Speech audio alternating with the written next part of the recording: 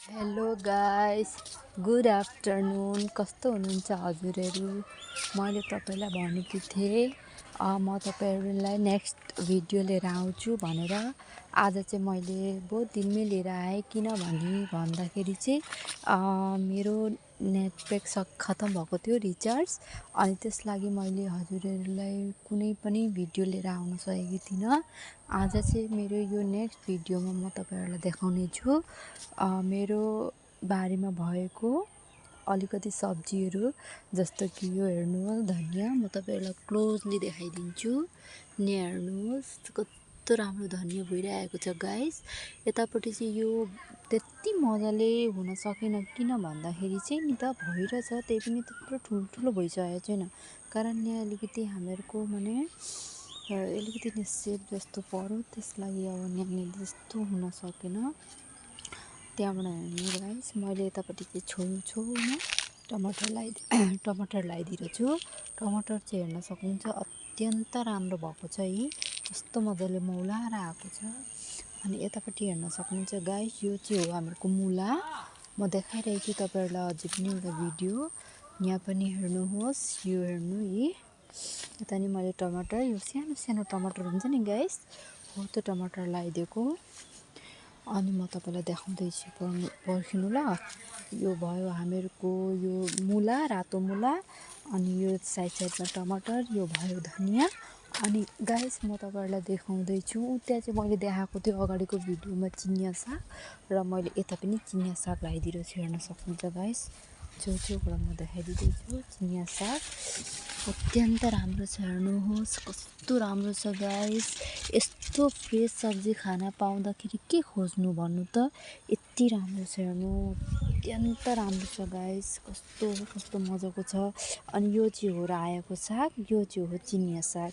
अनि गाइस मैले चाहिँ यहाँ तपाईँको धनिया छरिरहेको थिएँ, यता चाहिँ खोइ के भएर हेर्नु न, हुँदै भएन। अनि मैले खाना भनेर ल्याएको प्याज थियो त, 4 5वटा प्याजमा चाहिँ तपाईँको टुसा पलाइसकेको रहेछ। अनि त्यही भएर मैले साइडमा लगाइदिएकी छु। हेर्नुहोस् कति राम्रो देख्नुभयो। अनि अब यो चाहिँ हेर्नु, मैले मुलाको अचार पनि हालिसकेँ गाइस। यतापट्टि चाहिँ मुला त्यति भएन। अनि यो मुला चाहिँ मैले कति प्राय मुला उखालेर मैले 4 बोतल जस्तो मैले अचार हालेँ। हेर्न सक्नुहुन्छ यो हो मुला है। हेर्नु अहिलेको हामीले गर्दाखेरि पात पनि मुर्झाइरहेछ, पानी हाल्नुपर्छ। यो हेर्नु, यो रायो, यो सानो सानो हुँदैछ, यो ठुलो भएर खाइसक्दा चाहिँ यो हुन्छ। हेर्नुहोस् ऊ त देख्नु हुँदैछ नि गाइस, म देखाइदिँदैछु पर्खिनु जुम गरेर।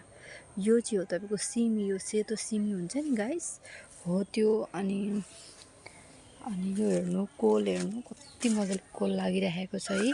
अस्ति एक घरी पाकेको थियो, हामीले खायौँ सबैले भएर। यो हेर्नु देख्नुभयो कोला।